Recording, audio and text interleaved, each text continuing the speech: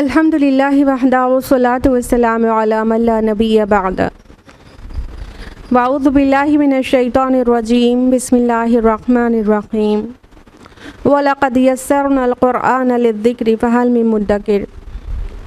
बिस्मिल्लाहिर रहमानिर रहीम। Rabbi इश्रह ली सदरी वयस्सिर ली अमरी वहलुल उक़दतम मिन लिसानी यफ़क़हू क़ौली।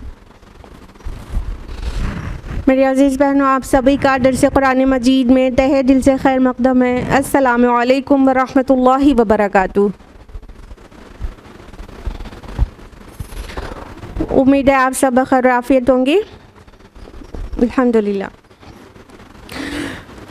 तो मेरे साथ कौन सी सूरा चल रही है दर्स कुरान में? सूरा ज़ुमर। लास्ट टाइम हम लोगों ने कहाँ तक मुकम्मल किया था? आया 66 तक, और आज हम लोग आया नंबर 67 ऑनवर्ड्स जानेंगे। सूरा अज़-ज़ुमर आया नंबर 67। अऊज़ु बिल्लाहि मिनश शैतानिर रजीम। बिस्मिल्लाहिर रहमानिर रहीम। वमा क़दरुल्लाह हक़्क़ क़द्रिही, और लोगों ने अल्लाह की कद्र ना की जैसा कि उसकी कद्र का हक़ था। वल अर्दु जमीअन क़ब्दतुहू यौमल क़ियामा, क़ियामत के रोज़ सारी ज़मीन उसकी मुट्ठी में होगी। वस्समावातु मतविय्यातुम बियमीनी, और आसमान उसके दाहिने हाथ में लपटे हुए होंगे। सुब्हानहु व तआला अम्मा युश्रिकून, वो बहुत बालातर है उस शिर्क से जो ये लोग करते हैं। शिर्क का कॉन्टेक्स्ट चल रहा था। अल्लाह सुब्हान ताला फरमा रहे हैं मा क़दरुल्लाह हक़्क़ क़द्रिही, कि उन्होंने अल्लाह की वो कद्र ना की जैसा कि कद्र करने का हक़ था। तो ये कद्र का माना अंदाज़ा भी होता है, कद्र का माना मंजिलत और कद्र को पहचानना ये भी होता है। तो अंदाज़ा अगर मीनिंग ले तो मतलब इंसानों ने सही अंदाज़ा ही नहीं किया अल्लाह ताला का, अल्लाह ताला की अज़मत को पहचाना ही नहीं, वो समझे ही नहीं कि अल्लाह ताला की ज़ात है क्या, उसके बाद ही शिर्क हो सकता है। और अल्लाह ताला को पहचानने के बाद तो कोई शिर्क का तसव्वुर भी नहीं कर सकता। और कद्र को कद्र मंजिलत की माना मिले तो जाहिर बात है कि अल्लाह की अज़मत, उसकी बुलंदी, उसकी किब्रियाई, उसकी बड़ाई लोग समझते ही नहीं। और ये फ़िक्रा मा क़दरुल्लाह हक़्क़ क़द्रिही कुरान हकीम में कम से कम 3 बार है। एक जगह सूरा अनाम सूरा नंबर 6 आयत नंबर 91, और दूसरा सूरा हज सूरा नंबर 22 आयत नंबर 74, और तीसरा मकाम ये है जहाँ पर अल्लाह ताला फरमा रहे हैं कि उन्होंने अल्लाह की कद्र ही नहीं पहचानी। और आगे फरमाया कि रोज़ी क़ियामत ज़मीन उसकी मुट्ठी में होगी। क़ब्ज़तुहू, उसकी मुट्ठी। कब्ज़ा मीन्स होता है असल में एक बार में हाथ में उतनी चीज़ उठाना जो जितनी मुट्ठी में आ जाए, इसको कब्ज़ा कहते हैं। यानी 5 उंगलियों के दरमियान कोई चीज़ लेने को कब्ज़ा कहते हैं। तो फरमाया कि ये पूरी की पूरी ज़मीन उसके कब्ज़े में होगी, उसकी मुट्ठी में होगी, और वो सारे आसमान उसके दाहिने हाथ में लिपटे हुए होंगे। बाज़ मुफस्सिरून के नज़दीक ये सिर्फ़ एक इस्तिआरा है बात को समझाने के लिए। मुट्ठी में कोई चीज़ होती है तो उसका मतलब क्या होता है? इंसान को उसके ऊपर पूरी कुदरत हासिल है, उसके कब्ज़े में है तो उसके ऊपर पूरी कुदरत हासिल है कि उस जैसे चाहे उसके साथ कर सकता है। तो पूरी ज़मीन मुट्ठी में होने का मतलब कि इंसान और तमाम हैवानात और पूरी दुनिया, पूरी ज़मीन उसकी कब्ज़े कुदरत में है और वो उनके साथ जैसा चाहे वैसा कर सकता है। और जब ये कहा गया कि आसमान सारे उसके दाहिने हाथ में लपटे हुए होंगे, तो मतलब ये हुआ कि अगर ये इस्तिआरा है तो इसका मतलब ये हुआ कि जिस तरह किसी इंसान के लिए ये बिल्कुल भी मुश्किल काम नहीं है कि पेपर का ऐसे रोल बनाए और उसको लपेट ले, मतलब स्क्रॉल है उसको ले या उसको लपेट ले अपने दाहिने हाथ में, कोई कपड़ा है या कोई कागज़ है उसको दाहिने हाथ में लपेट लेना जितना आसान है, अल्लाह सुब्हानहू व तआला के सामने, उसकी बुज़ुर्गी और अज़मत के सामने ये सातों आसमानों की बिसात ही क्या है। वो इतना सा है कि जैसे कोई पेपर का स्क्रॉल लपेट लिया जाए या कोई चीज़ हाथ में लपेट लिया जाए, बस इतना सा। तो अल्लाह सुब्हानहू व तआला को पहचाना ही नहीं इंसान ने। एक हदीस में लर्ज़ा देने वाले अल्फाज हैं जो कि बुखारी, मुस्लिम, नसाई, इब्न माजा और अहमद कई जगह पर मौजूद है।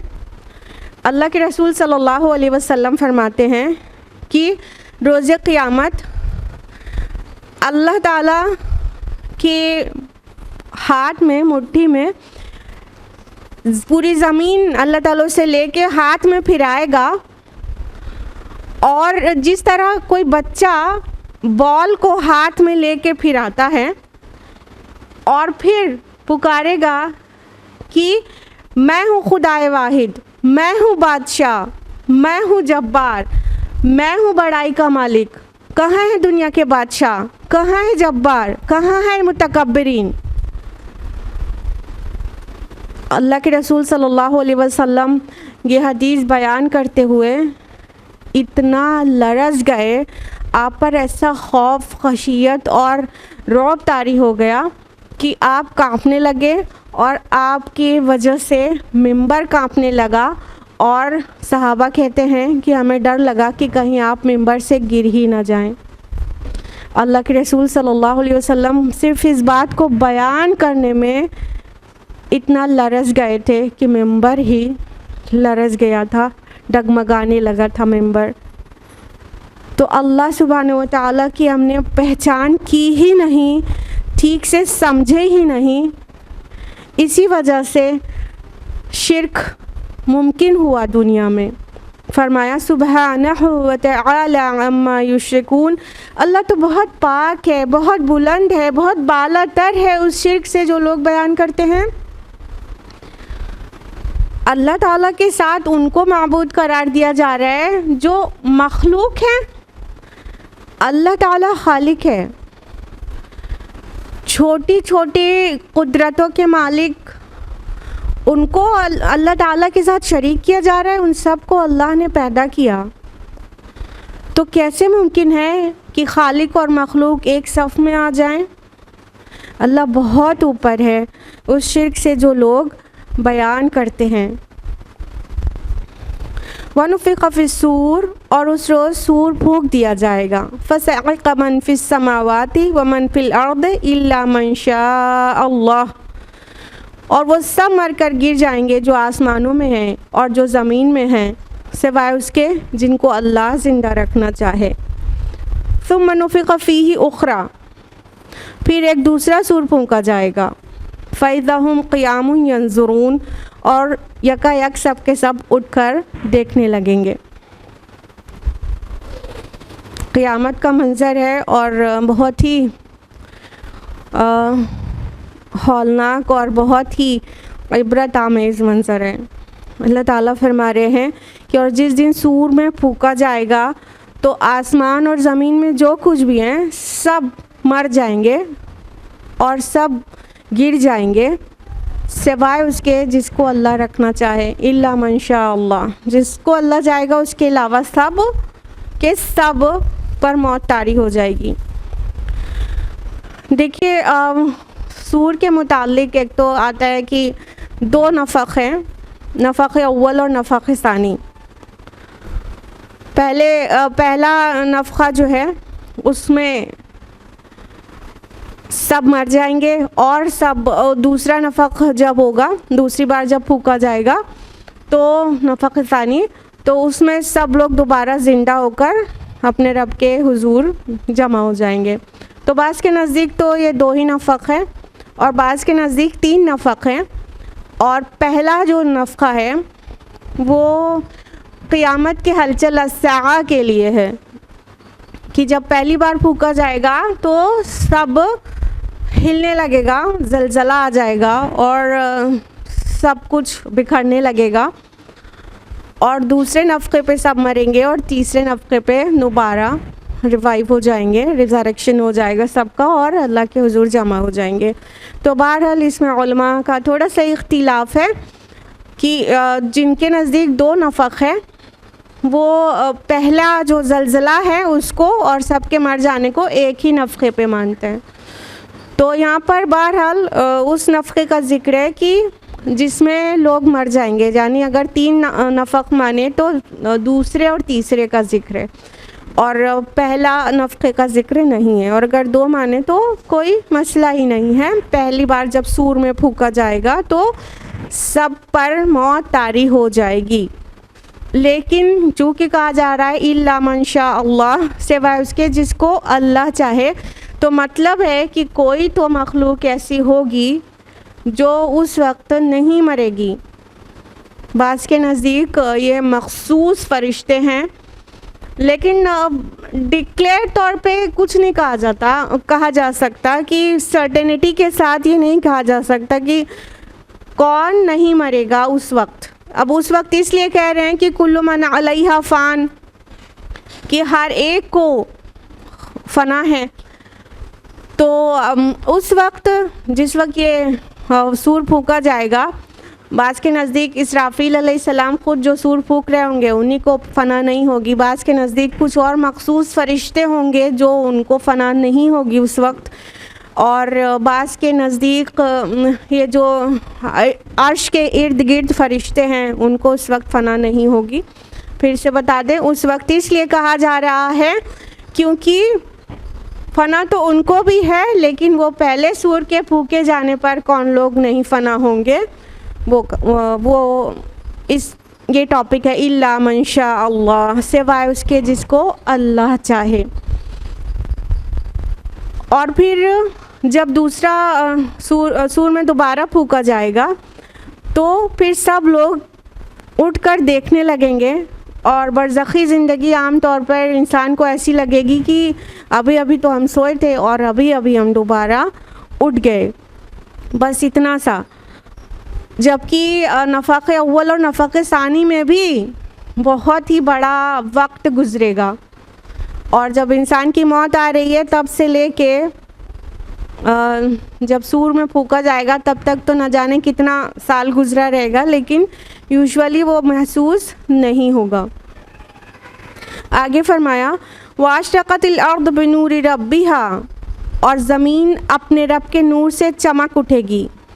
ववुदियल किताब, और किताब लाकर रख दी जाएगी, यानी आमाल की किताब। वजी बिन नबिय्यिन व शुहदा वक़ुदिया बैनहुम बिल हक़, अम्बिया और तमाम गवाह हाजिर कर दिए जाएंगे और लोगों के दरमियान हक़ के साथ फ़ैसला हो जाएगा। वहुम ला युज़लमून, और उनके ऊपर ज़रा भी जुल्म ना होगा।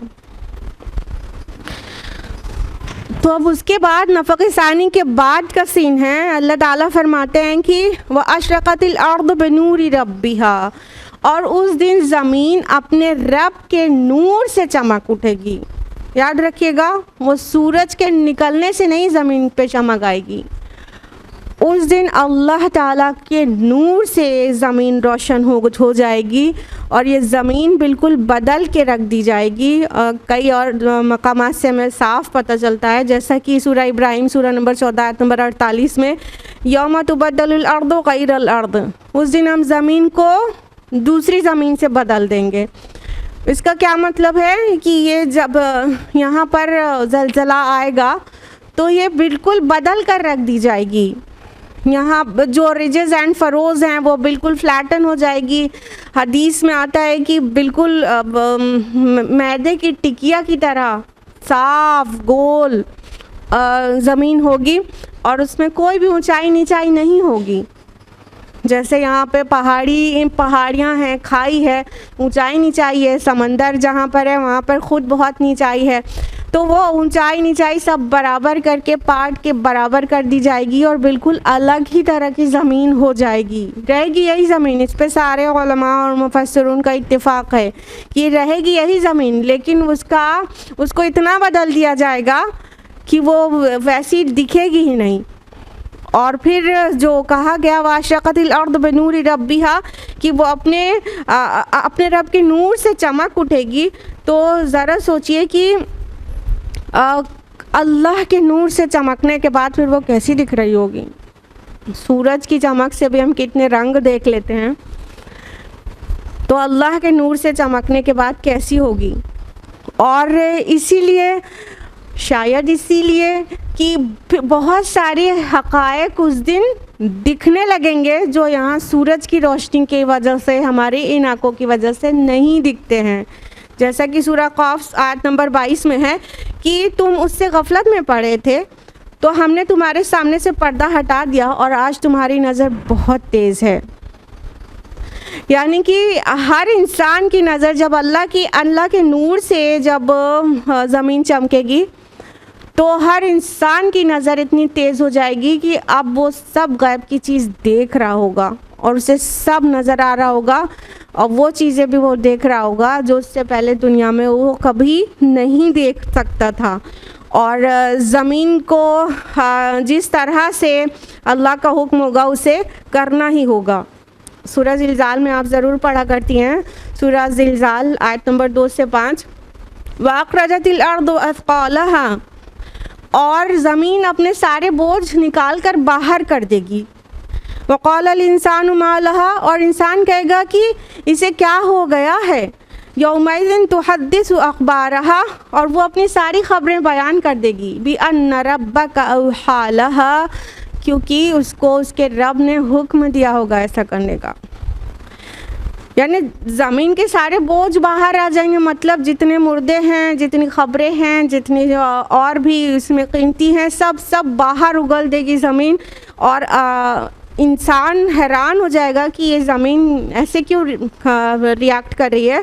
तो वो सारी ख़बरें बयान कर देगी और वो उसके रब ने उसको चूँकि हुक्म दिया होगा, तो ये ज़मीन बिल्कुल बदल कर रख दी जाएगी उस दिन। और फिर क्या होगा, किताब लाई जाएगी। ववुदियल किताब, ये जो किताब है बिल्कुल वाज़ेह है कि ये आमाल की किताब है, ये नामे आमाल है, जिसमें ना कोई छोटी चीज़ छूटी है ना कोई बड़ी चीज़। इंसान कहेगा कि हाय, मैंने एक छोटी भी जो चीज़ की थी वो भी है इसके अंदर, और बड़ी चीज़ जो की थी वो भी है इसके अंदर, इसमें से तो कुछ भी नहीं छूटा है। तो इतने परफेक्ट रिकॉर्ड्स जो बने हैं सबके अमल के, वो उसमें हो गए अमल की किताब में, और वो लाकर रख दी जाएगी। फिर उसके बाद क्या होगा, अंबिया लाए जाएंगे और तमाम गवाह हाजिर किए जाएंगे। देखिए गवाह किस चीज़ को, किनको कहा गया है। सबसे पहला गवाह तो कौम का रसूल ही होता है। कुरान के 2 मकामात से बिल्कुल वाज़ेह है, सूरह बकरा सूरह नंबर 2 आयत नंबर 143 और सूरह हज सूरह नंबर 22 आयत नंबर 74, 75, 76 इस कॉन्टेक्स्ट में है। ठीक है, क्या कि वकज़ालिका जअलनाकुम उम्मतन वसतन लितकूनु शुहदाअ अलन्नास वयकून रसूलु अलैकुम शहीदा, और इसी तरह हमने तुमको उम्मत वसत बनाया ताकि तुम गवाह हो जाओ तमाम नौ इंसानी पर और रसूल तुम पर गवाह हो जाएं। ये बकरा की आयत 143 आपके सामने कोट की। इसी का एकदम उलट कर सीक्वेंस सूरह हज में आया है कि रसूल तुम पर गवाह हो जाए और तुम गवाह हो जाओ नौ इंसानी पर। तो रसूल तो सबसे बड़ा गवाह है अपनी कौम के लिए, रसूलों से, नबियों से पूछा जाएगा कि आपने पैगाम पहुंचा दिया था कि नहीं अल्लाह ताला की तरफ से जो आपको मिला था, तो नबी को गवाही देनी होगी। उसके अलावा नबियों के बाद पैगाम रसानी का काम जिन लोगों ने किया होगा उनसे भी गवाही ली जाएगी। तो वो तमाम दाइयान दीन वो सब भी गवाही देंगे कि हाँ उन्होंने पैगाम पहुंचाया था। और ये गवाह तो और भी बहुत हो सकते हैं, कोई रेंज नहीं है। इंसान की खालें, उसके हाथ पैर, वो भी बोलेंगे। अल्लाह ताला इस चीज़ पर कादिर है कि एक एक ज़र्रात जो यहाँ पर हैं इनसे गवाही ले ले। ये दरो दीवार, ये सब जगह मान के चलिए कि कैमरा लगे हुए हैं, इनसे किसी से भी अल्लाह ताला गवाही ले लेंगे। तो वो अम्बिया, शोहदा, सिद्दीकीन, सालिहीन, दाइयान, आज़ाए जिस्म और गिरदो पेश का कोई एक पार्टिकल भी अल्लाह ताला के सामने गवाही के तौर पर पेश किया जा सकता है। तो सब के अमाल की गवाही देने के लिए बहुत परफेक्ट प्रूफ मौजूद होगा कि इंसान उसका इनकार ना कर सके और कोई बच के ना निकल सके कि उसने ऐसा नहीं किया था। तो फरमाया वक़ुदिया बैनहुम बिलहक़, उनके दरमियान सब चीज़ ठीक से फ़ैसला कर दिया जाएगा, हक़ के साथ फ़ैसला कर दिया जाएगा। वहुम ला युज़लमून, और ज़र्रा बराबर भी जुल्म नहीं किया जाएगा, ज़रा सा भी जुल्म नहीं होगा। कहने का मतलब जो रिकॉर्ड होगा वो इतना परफेक्ट होगा कि अल्लाह ताला ख़ुद रिकॉर्ड के लिए बहुत काफ़ी है। लेकिन जब अदालत लगती है तो कार्रवाई अदालत जैसी होती है, एक प्रोसीजर होता है, तो वो प्रोसीजर पूरा फॉलो होगा। गुनाहगारों को मुजरिमीन की तरह पेश किया जाएगा और उनके गवाहों को पेश किया जाएगा कि जो काले कारनामे कर रहे थे, तो उनके लिए जो गवाह होंगे वो विटनेस होंगे, जो मज़लूम होंगे वो विटनेस होंगे कि हाँ उनके साथ क्या कुछ किया गया। और उनको बचाने के लिए भी गवाहों को पेश अल्लाह ताला चाहेंगे तो करेंगे। तो इस तरह से सबकी गवाही, पूरी अदालती कार्रवाई पूरी उस तरह से होगी रोज़े आखिरत, जो हमें अभी याद रखना चाहिए। आगे फरमाया ववुफ़ियत कुल्लु नफ्सिम मा अमिलत वहुव आलमु बिमा यफ़अलून, और हर मुतनफ़िस को जो कुछ भी उसने अमल किया था उसका पूरा पूरा बदला दे दिया जाएगा। लोग जो कुछ भी करते हैं अल्लाह ताला खूब जानता है। ये वफ़ियत जो है वफ़िया से है, वफ़िया या वफ़ा से है, तो इसका मतलब होता है पूरा पूरा दे देना। तो हर नफ्स को, हर इंसान को पूरा पूरा बदला दिया जाएगा जो कुछ उसने अमल किया था, यानी कुछ कमी पेशी नहीं की जाएगी। जो भी नेकियां थी उसका बदला मिलेगा, जो बुराइयां थी उसका बदला मिलेगा। ये अल्लाह ताला का एहसान है कि नेकी का 10 गुना मिलता है और बदी का सिर्फ 1 गुना। तो सबको बराबर का बदला दिया जाएगा। और अल्लाह ताला फरमा रहे हैं कि वह आलम बिमा यफ़अलून, और वो जानता है जो कुछ तुम करते हो, वो सब जानता है। जो कुछ ये करते हैं वो जानता है। मतलब कि ये जो अदालती कार्रवाई है इससे ऊपर अल्लाह ताला का इल्म है। अल्लाह ताला बहुत अच्छी तरह से जानते हैं कि किसने क्या किया है। अल्लाह ताला ख़ुद हर चीज़ के सबसे बढ़कर गवाह हैं। सीन आगे पहुँचता है, वसीक़ल्लज़ीन कफ़रू इला जहन्नम ज़ुमरा, वो लोग जिन्होंने कुफ्र किया था जहन्नम की तरफ गिरोह दर गिरोह हाँके जाएंगे। हत्ता इज़ा जाऊहा फुतिहत अब्वाबुहा, यहाँ तक कि जब वो वहाँ पहुँचेंगे तो उसके दरवाज़े खोले जाएंगे। वक़ाल लहुम ख़ज़नतुहा, तो उनसे उनके कारिंदे, उसके दरबान कहेंगे, अलम यातिकुम रुसुलुम मिनकुम, क्या तुम्हारे दरमियान तुम में से रसूल नहीं आए थे, यतलु अलैकुम आयाति रब्बिकुम, जो पढ़ते हों अल्लाह की आयात, तुम्हारे रब की आयात तुम पर, वयुन्ज़िरूनकुम, और तुमको डराते हों, लिक़ा यौमिकुम हाज़ा, इस दिन की मुलाकात से। क़ालू, तो वो कहेंगे बला, क्यों नहीं, वलाकिन हक़्क़त कलिमतुल अज़ाबि अलल काफ़िरीन, लेकिन काफिरों पर अज़ाब का फ़ैसला चस्पा हो गया, चिपक गया। अब देखिए, जब सारे आमाल की गवाही हो जाएगी, तौले जा चुके रहेंगे और फ़ैसला हो जाएगा नेकोकारों और बदकारों का, तो पहले अहले जहन्नम का ज़िक्र किया गया है। यहाँ पे जो ज़ुमरा लफ्ज़ आया है वो ज़ुमरतुन की जमा है, जिसका माना होता है बहुत बड़ा गिरोह।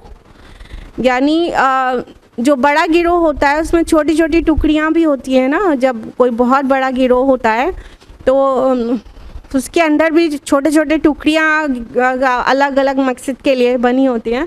तो छोटे छोटे गिरोहों का बड़ा गिरोह, ये ज़ुमर का मतलब है। तो और यहाँ जो वसीक़ल लज़ीना कफ़रू आया ना, तो साक़ा यसूक़ु, यसूक़ का माना होता है किसी चीज़ को किसी चीज़ की तरफ हाँक कर ले जाना या ले जाना। और सूक़ बाज़ार को भी कहते हैं, क्योंकि वो बाज़ार की तरफ इंसान खींचता है और वो अपनी तरफ खींच लाती है। बाज़ार की तरफ इंसान खींचता ही है। तो अब फरमाया कि और वो जिन लोगों ने कुफ्र किया था उन्हें गिरोह दर गिरोह जहन्नम की तरफ खींच लाया जाएगा। यानी कि जिस तरह से कोई मुजरिम को ले जाया जाता है जेल में, तो वो जो पुलिस होती है वो उसे खींच कर और बहुत तौहीन आमेज़ अंदाज में खींच कर जेल में ठूस देती है, उस तरह से मुजरिमों को फरिश्ते खींचते हुए ले जाएंगे जहन्नम की तरफ गिरोह दर गिरोह। यानी कि हर एक अच्छे लोग अपने अपने टाइप के अच्छाई वालों के साथ होंगे और बुरे लोग अपने टाइप के बुरे लोगों के साथ होंगे। जैसे कि जो मुतकब्बिरीन हैं, जो सरकश लोग हैं, उनका लीडर फ़िरौन होगा क्योंकि उसने बड़ी अकड़ दिखाई थी। तो हर एक का अपने अपने बुरे लीडर के साथ होंगे जो जहन्नम की तरफ जा रहे होंगे। उसमें उस तरह के बुरे लोग होंगे जो अपने लीडर वाली बुराई करते थे। तो इस तरह गिरोह बन जाएगा। तो उनको खींच कर इंतहाई बेइज्जती के साथ जहन्नम की तरफ ले जाया जाएगा। और जब वहाँ पहुँचेंगे दरवाज़ा तब खुलेगा और ज़रा भी फिर इंतज़ार नहीं किया जाएगा, दरवाज़ा जहन्नम का खोल दिया जाएगा। कितने दरवाज़े हैं जहन्नम में? 7 दरवाज़े हैं। तो जैसे ही जहन्नमी पहुँचेंगे वैसे ही उसके दरवाज़े खोल दिए जाएंगे और मज़ीद तड़पाने के लिए, तंज करने के लिए और साइकोलॉजिकल पनिशमेंट देने के लिए उससे उसके दरबान कहेंगे, अलम यातिकुम रसूलुम मिनकुम, क्या तुम्हारे दरमियान तुम में से रसूल नहीं आए थे जो तुम पर अल्लाह की आयत पढ़ते हो, तुमको डराते हो इस दिन की मुलाकात से? तो वो क्या जवाब देंगे? आप ज़रूर सूरह मुल्क में पढ़ती हैं ना। सूरह मुल्क की आयत नंबर 8 से 10 है, कुल्लमा उल्क़िया फ़िहा फ़ौजुन सालहुम ख़ज़नतुहा अलम यातिकुम नज़ीर, कि जब एक पूरी की पूरी फ़ौज, एक गिरोह पहुँचेगा जहन्नम के दरवाज़े पर, तो उससे उसके वो दारोगा कहेंगे, क्या तुम्हारे पास नज़ीर नहीं आया था, डराने वाला नहीं आया था? वो कहेंगे क़ालू बला क़द जाअना नज़ीर, क्यों नहीं, बिल्कुल आया था, हमारे पास नज़ीर आया था। फ़कज़्ज़बना व क़ुलना मा नज़्ज़लल्लाहु मिन शै, लेकिन हमने उसे झुटला दिया और कह दिया कि अल्लाह ने कोई भी चीज़ नाजिल नहीं की है। इन अंतुम इल्ला फ़ी दलालिन कबीर, तुम तो एक खुली हुई गुमराही में हो। वक़ालू लौ कुन्ना नस्मअु औ नाक़िलु मा कुन्ना फ़ी अस्हाबिस सईर, अगर हम सुनने वाले होते और अक्ल से काम लेते तो आज आग में नहीं पड़े होते, अस्हाब सईर नहीं होते, आग वाले जहन्नम वाले नहीं होते। तो जो ये दारोगा जहन्नम के, जो कि जिनके पास रहमत नहीं है, वो सिर्फ सख्त हैं, वो मज़ीद सख्ती करने के लिए, तंज करने के लिए और तड़पाने के लिए कहेंगे कि क्या तुम्हारे पास नज़ीर नहीं आते थे, क्या रसूल नहीं आते थे तुम्हारे पास जो तुम में से डराया हो। तो जाहिर है कि अब तो सारा हिसाब किताब चुका दिया गया था, तभी जहन्नम तक पहुँचे हैं, तो मान तो लेंगे कि हाँ बिल्कुल आते थे, लेकिन हमारी हिम्मत मारी गई थी और हमें मना किया गया था। जिस चीज़ से हमने वही अमल किया और जिस चीज़ की तरफ बुलाया गया था वो नहीं किया, तो गोया हम पर अज़ाब चिपक गया, हम पर अज़ाब का वादा सादिक़ आ गया। जो अल्लाह ताला ने कहा था आदम और इब्लीस के मुकालमे में कि इब्लीस ने कहा था ना कि एक अच्छी खासी पॉपुलेशन को आदम अलैहिस्सलाम की वो अपना बना लेगा। तो अल्लाह ताला ने भी कहा था कि ठीक है, तुमसे और उन सब से जहन्नम को भर दूँगा। तो ये जो इब्लीस के फॉलोअर हैं वो सब कहेंगे कि फ़ाइनली हम पर अज़ाब का वादा जो था वो पूरा हो गया, कि अल्लाह ताला ने कहा था अज़ाब वो तुमको जहन्नम में तुम सबको भर देंगे, तो गोया हम पर अज़ाब का वादा सादिक़ आ गया और इस तरह से उन्हें जहन्नम में जाने के अलावा और कोई ऑप्शन नहीं होगा। क़ील उदख़ुलू अब्वाब जहन्नम ख़ालिदीन फ़ीहा, कहा जाएगा दाखिल हो जाओ जहन्नम के दरवाज़ों में, अब तुम्हें हमेशा यहीं रहना है। फ़बिअस मस्वल मुतकब्बिरीन, क्या ही बुरा ठिकाना है मुतकब्बिरों के लिए। जब वो ये बात कन्फेस कर लेंगे कि हमारे पास आते थे नज़ीर, हमारे पास आए थे रसूल अपनी अच्छी अच्छी तालीमात लेकर, लेकिन हमने उनकी नहीं माना, हमने उन्हें झुठला दिया, तो फिर उनसे कहा जाएगा कि ठीक है अब तुम दाखिल हो जाओ जहन्नम में, यहाँ तक कि तुम वहीं हमेशा रहोगे। और कितना बुरा ठिकाना है, कितना बुरा ठिकाना है मुतकब्बिरों के लिए। यानी ये साफ बता रहा है फ़बिअस मस्वल मुतकब्बिरीन कि इनका मर्ज़ क्या था, तकब्बुर, हक़ को नाहक़ कर देते थे, हक़ को पहचानने के बाद भी नाहक़ कर देते थे, अपने को बड़ा जानते थे, जो हक़ पेश कर रहा है उसकी तस्दीक नहीं करते थे, या दूसरों को अपने से हक़ीर समझते थे, ये उनका मर्ज़ था। इस वजह से फ़बिअस मस्वल मुतकब्बिरीन, मुतकब्बिरों का बहुत ही बुरा ठिकाना है। अल्लाहुम्मा ला तजअलना मिनल मुतकब्बिरीन, अल्लाहुम्मा ला तजअलना मिन अस्हाबि जहन्नम, आमीन या रब्बल आलमीन। वसीक़ल्लज़ीना इत्तक़ौ रब्बहुम इलल जन्नति ज़ुमरा, और जो लोग अपने रब की नाफरमानी से परहेज़ करते थे उन्हें गिरोह दर गिरोह जन्नत में ले जाया जाएगा। हत्ता इज़ा जाऊहा व फुतिहत अबवाबुहा, यहाँ तक कि जब वो वहाँ पहुँचेंगे तो उसके दरवाज़े पहले ही खोल दिए जा चुके होंगे। वक़ाल लहुम ख़ज़नतुहा, और उसके मुंतज़मीन उनसे कहेंगे सलामुन अलैकुम, तुम पर सलामती हो, तिबतुम फ़दख़ुलूहा ख़ालिदीन, बड़े अच्छे रहे, दाखिल हो जाओ हमेशा के लिए जन्नत में। अब उसका कंट्रास्ट, जहन्नमियों को गिरोह दर गिरोह जहन्नम में ले जाया जाएगा, तो जाहिर है जो नेकोकार होंगे, जिनके पास तक़वा होगा, जिनके दिलों में अल्लाह ताला का खौफ और मोहब्बत होगी, जिन्होंने अपनी ज़िंदगी बच बच कर गुजारी होगी, वो सब अपने गिरोह के साथ जन्नत में दाखिल किए जाएंगे। जैसे जन्नती लोग, आप जो इंसान जिस तरह का होता है उसका अंजाम उसी तरह के लोगों के साथ होना है ना। नेकोकारों से मोहब्बत करो तो आखिरत में अंजाम नेकोकारों के साथ होगा इंशाअल्लाह। लेकिन अगर गुमराह लोगों से मोहब्बत करो, उनका दुनिया में साथ पसंद करो, तो अमाल पे उसका असर तो आएगा ही, तो अल्टीमेटली आखिरत में अंजाम भी उनके साथ ही होगा।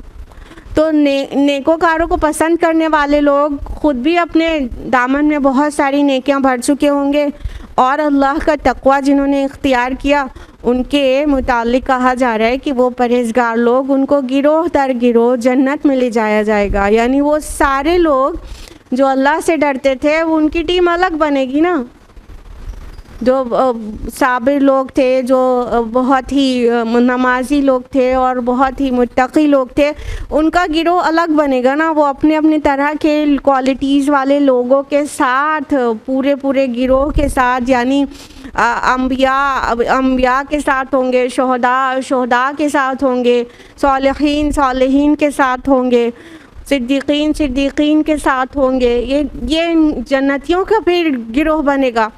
तो फिर क्या होगा, उन्हें जन्नत में जब ले जाया जाएगा, एक बहुत बड़ा गिरोह जन्नत की तरफ जाएगा, तो वफ़ुतिहत अबवाबुहा, तो उसके दरवाज़े पहले ही खोले जा चुके होंगे, यानी उन्हें ज़रा भी देर नहीं लगेगी जन्नत में वेलकम करने में।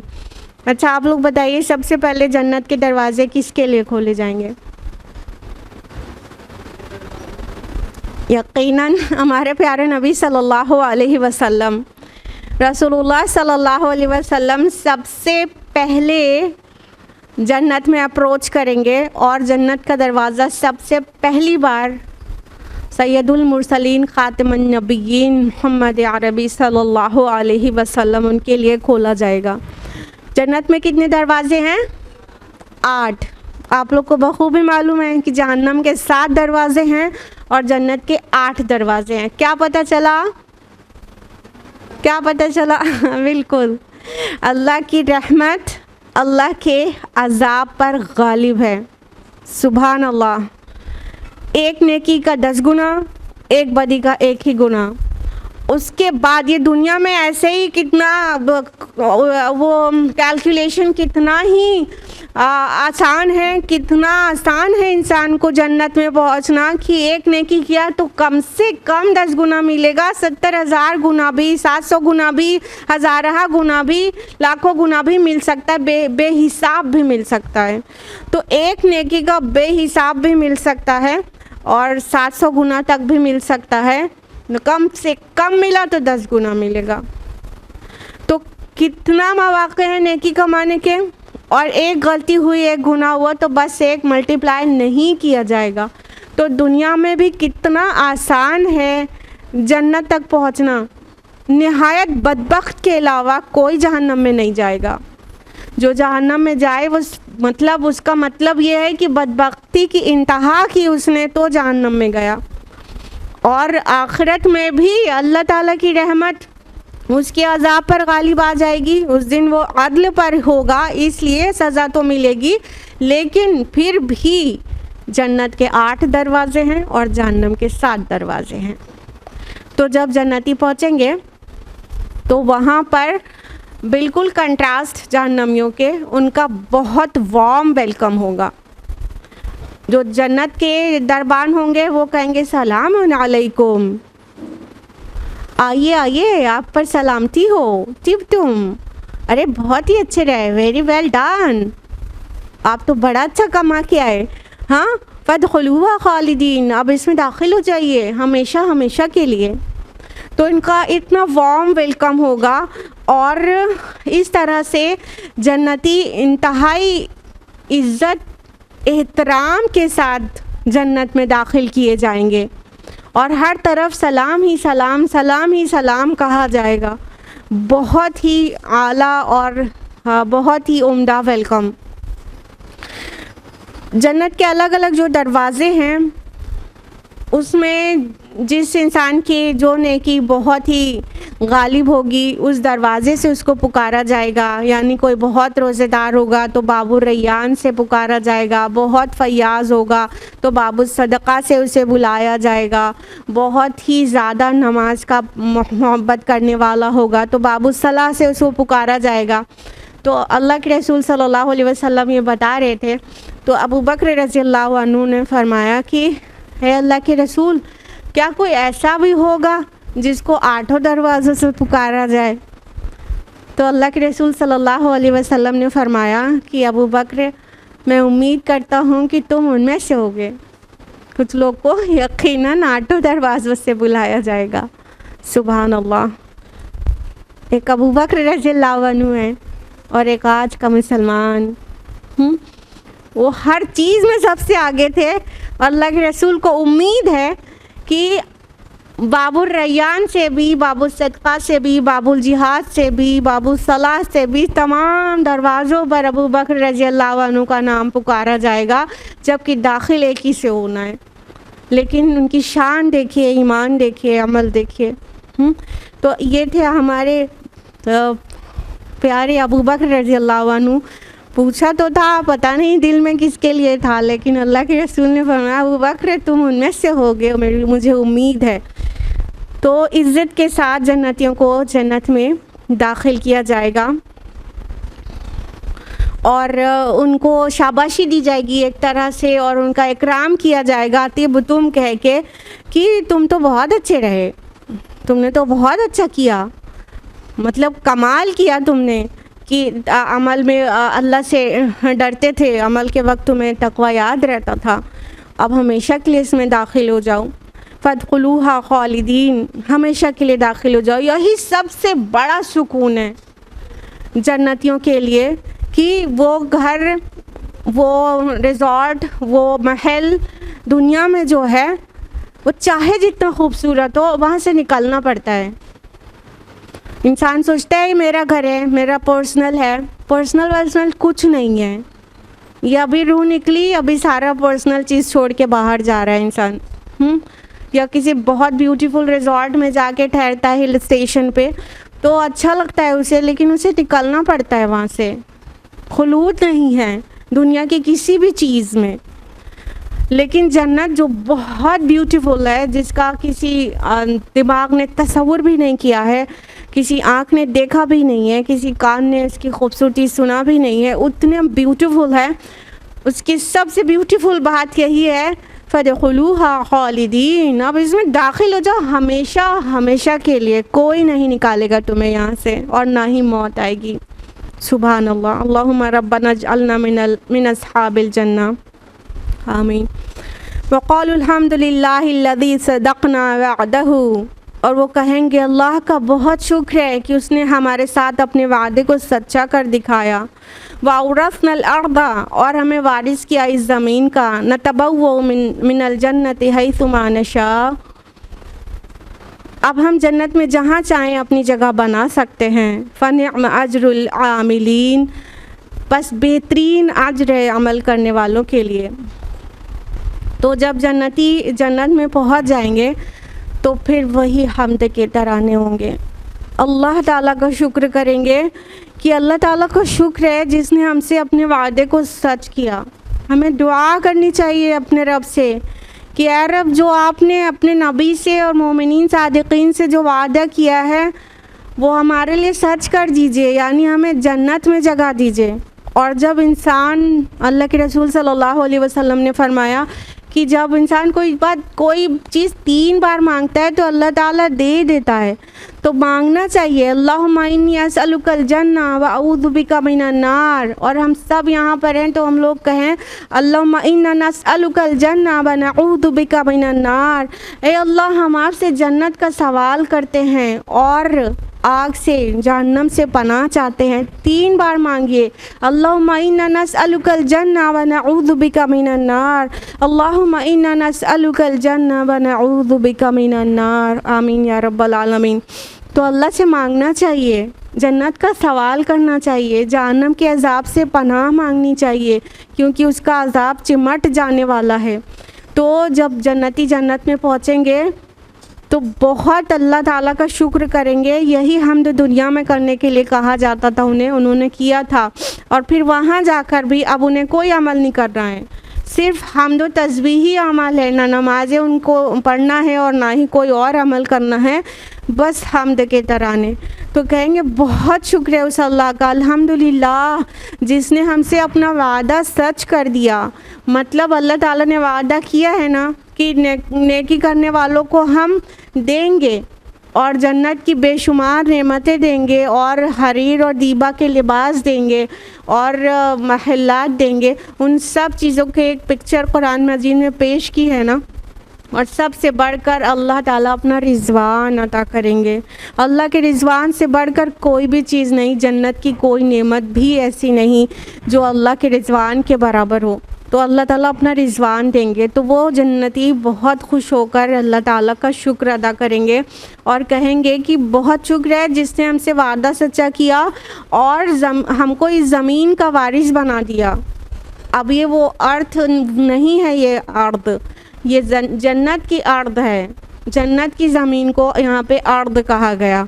गौर करिएगा, कुरान मजीद में अर्द लफ्ज़ जहाँ पर आता है वो किसी भी टेरेस्ट्रियल प्लेन के लिए होता है। वो इस अर्थ, जिसको हम इंग्लिश में अर्थ कहते हैं, जब महसूस होता है ये वर्ड वही है, लिया वहीं से गया है। अर्थ जिसको कहते हैं ये वो ज़मीन नहीं है। जन्नत की ज़मीन को भी अर्द कहा गया। तो भी कोई भी टेरेस्ट्रियल लैंड जिसके ऊपर इंसान रहे उसको अर्द कुरान मजीद कहता है। तो जन्नत की जो ज़मीन है उसको भी अर्द कहा गया। फरमाया कि अल्लाह ने इसका हमें वारिस बना दिया। अब आप लोग बताएंगे कि क्यों जन्नत का वारिस क्यों कहा जाता है? वारिस तो वो होता है ना जो मीरास में कोई चीज़ जिसको मिलती है उसको वारिस कहते हैं। तो जन्नत हमारी मीरास कैसे हो गई? आप लोग बताएंगे। बिल्कुल, पॉइंट नंबर 1, आदम अलैहिस्सलाम को अल्लाह ताला ने जन्नत में रखा था, तो वो हमारी बाप की ज़मीन है, इसलिए वो हमें अगर दोबारा मिल गई तो हमें मीरास में मिल गई। तो एक मतलब तो सीधा साधा सा यही हुआ कि जन्नत आदम अलैहिस्सलाम उसमें रखे गए थे और हम आदम की औलाद है, तो हमें हमारी मीरास है जन्नत। दूसरी वजह ये भी मुफस्सिरून बयान करते हैं कि देखिए मीरास में जो चीज़ मिलती है उसके लिए हमें कोई साई नहीं करनी पड़ती, उसको कमाना नहीं पड़ता, फ्री में मिल जाती है। तो जन्नत में इंसान जाएगा तो अपने अमल के बदले में जा सकता है कि उससे बहुत ऊपर है, बहुत ऊपर है जन्नत, है ना। तो अमल के बदले में जन्नत नहीं मिलेगी। अमल ज़रूरी है, ये अलग बात है, लेकिन अल्लाह के फजल के बगैर जन्नत नहीं मिलने की है। तो चूँकि जो अमल हमारे हैं वो बहुत कम हैं, बहुत ही हक़ीर हैं, और जन्नत बहुत खूबसूरत है, तो उसका बदल तो नहीं हो सकती, इसलिए बिना कमाए वो मिली है। इस वजह से भी वो जन्नतियों को जन्नत का वारिस कहा जाता है कि अल्लाह ने इसका वारिस बना दिया, मतलब इतनी आसानी से मिल गई। और हाँ, जन्नती खुश होके कहेंगे अब हम जहाँ चाहें जा सकते हैं, मतलब जहाँ चाहें रह सकते हैं। अब उन्हें एक सीन पसंद नहीं आया तो सीन बदल गया। एक महल ना पसंद आने का तो सवाल ही नहीं है, बस खुश होने के लिए दूसरी जगह मिल गई। और एक जगह एक महल एक तरह का है और उसमें रहने के बजाय ख़याल आया कि ऐसे से ऐसे महल में रहने का दिल चाह रहा है और वहाँ पहुँच गए। तो बहुत ही खूबसूरत और बहुत ही आलीशान महलात, पूरा का पूरा प्लेनेट उनका, मतलब सबसे अदना जन्नती को भी कितने गुना ज़मीन से बड़ा प्लेनेट मिलेगा। मतलब प्लेनेट इसलिए कह रहे हैं कि ताकि इजी टू अंडरस्टैंड हो जाए कि पूरे प्लेनेट के बराबर एक एक लोगों की जन्नत है और बड़े बड़े प्लेनेट के बराबर। तो पूरे प्लेनेट पे इंसान रहेगा तो कितनी जगह बदल सकता है और कितने सीन्स बदल सकते हैं। तो जन्नत के तो मुमकिन तौर से सीन्स भी वैसे बदलेंगे जैसे इंसान की ख्वाहिश होगी। सुभान अल्लाह। तो वहाँ की हर एक चीज़ इमेजिन करना भी बहुत ही दुश्वार है। तो वो जन्नती जाके खुश खुर्रम ये कह रहे होंगे कि अब हम तो जहाँ चाहे रह सकते हैं, जहाँ चाहे जगह बनाए और जहाँ चाहे रहें, जबकि दुनिया में इंसान ऐसा नहीं होता कि जहाँ चाहे रहे। एक घर के बाहर की ज़मीन फिर सरकारी होती है, फिर दूसरे की होती है। होटल का कमरा भी बहुत ही मुख्तसर वक्त के लिए होता है। बड़े से बड़ा रिजॉर्ट ले लो, कितना पेमेंट करोगे, फिर आपको निकलना पड़ता है।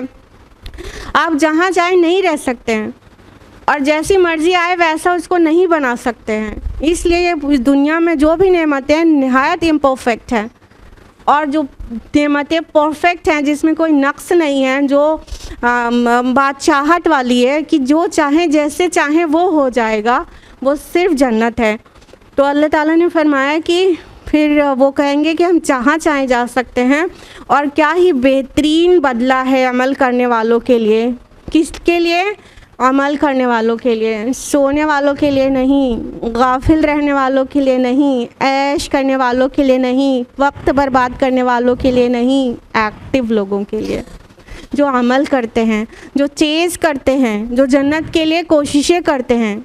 हम देखिए दुनिया की कोई छोटी सी भी चीज़ पाना चाहते हैं तो कितनी सख्त मेहनत करते हैं।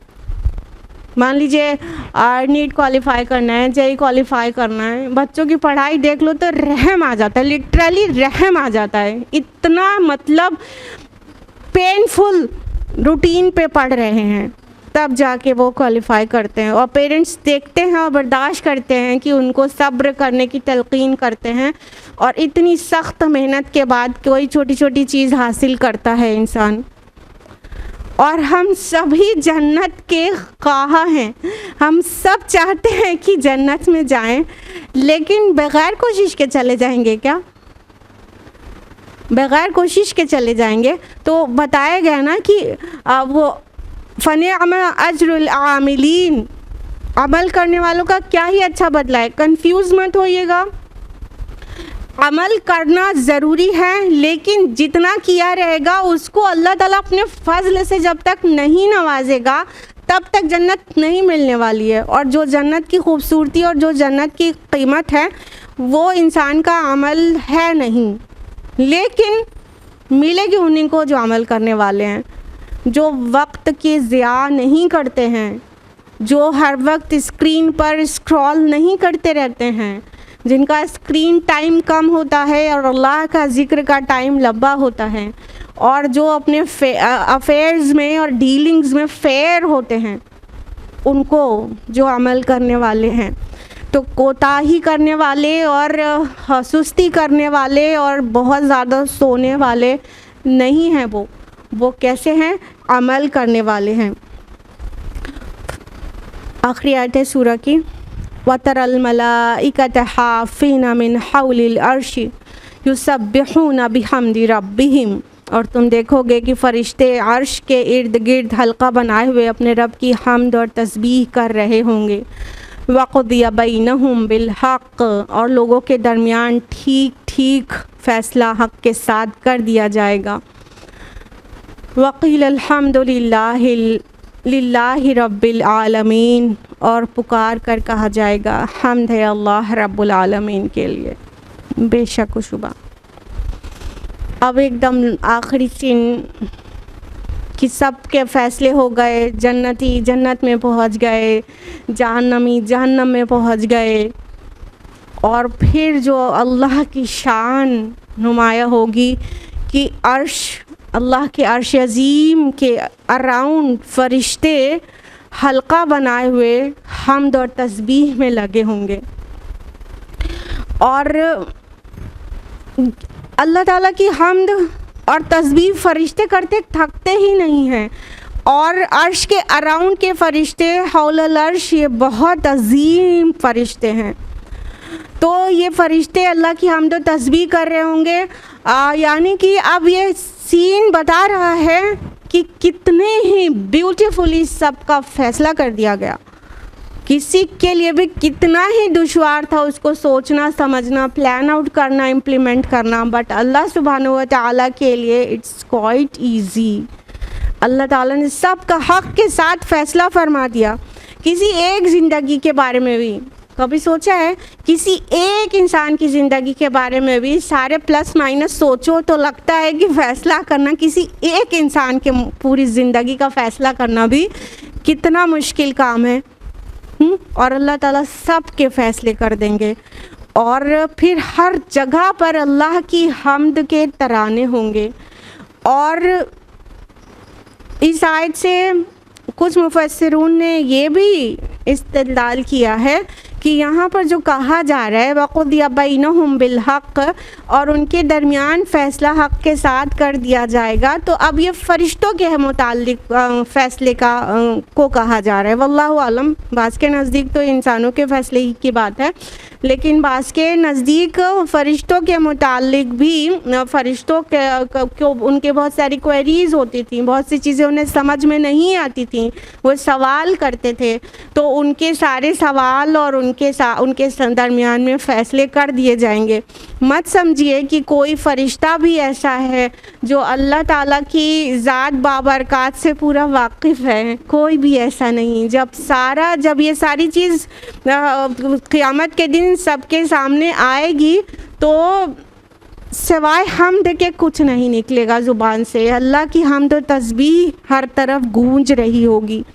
और जन्नतियों के मुतालिक भी तो यही आता है ना, वाखिरु दावाहुम अनिल हम्दुलिल्लाहि रब्बिल आलमीन। उनकी गुफ्तगू का इख्तिताम होगा कि हम्द कुल की कुल अल्लाह रब्बुल आलमीन के लिए है। तो वहुल हम्द फ़िल आखिरा, और आखिरत में भी उसी की हम्द है। इसी हम्द को दुनिया में करने के लिए कहा जा रहा है। कुरान की पहली आयत है अल्हम्दुलिल्लाहि रब्बिल आलमीन। हर रकत में पढ़ी जाने वाली आयत है नमाज की कि अल्हम्दुलिल्लाहि रब्बिल आलमीन। सारी तारीफ़ और शुक्र सिर्फ़ और सिर्फ अल्लाह के लिए है। वो अज़ीम है, वो खालिक है, हम मखलूक हैं। तो अपने जो रिश्ते को अपने खालिक के साथ बेहतर बनाएं। और ये हम्द व तस्बीह के बाद इंसान बहुत अपने दर्जात में बुलंदी पा सकता है। तो सुभान अल्लाह व बिहम्दिही इसका बहुत एहतमाम करना चाहिए। कम से कम 100 बार रोज़ाना सुबह को और शाम को पढ़ना चाहिए पूरे एहसास व शऊर के साथ। तो जो पूरा आखिरत की मंजर कशी थी उसमें वाज़े कर दिया गया कि फ़ाइनली फिर सिर्फ़ और सिर्फ हम्द अल्लाह ही की बचेगी। अल्लाह ही की हम्द कर रहे होंगे हौलल अर्श फ़रिश्ते, अर्श के अराउंड घूमने वाले फ़रिश्ते, वो अल्लाह ही की हम्द कर रहे होंगे। और हर तरफ से कहा जाएगा कि वक़ील अल्हम्दुलिल्लाहि रब्बिल आलमीन। इसके साथ ही अल्लाह ताला के फ़ज़ल व करम से अल्हम्दुलिल्लाह ये सूरह मुकम्मल होती है। अल्लाह सुब्हानहू व तआला हम सभी को तौफ़ीक़ दे कि हम कुरान मजीद पढ़ें, समझें, गौर-ज़नी करें, उस पर अमल करें। अल्लाह ताला तौफ़ीक़ दे कि हम उसकी हम्द व तस्बीह करें और अल्लाह ताला उसे कबूल करें। अल्लाह ताला तौफ़ीक़ दे कि जन्नतियों वाले काम करें और जन्नत तक रसाई हो जाए। और अल्लाह ताला हम सब को आग के अज़ाब से बचा ले। आमीन। व आखिरु दावाना अनिल हम्दुलिल्लाहि रब्बिल आलमीन। अस्सलामु अलैकुम व रहमतुल्लाहि व बरकातुहू।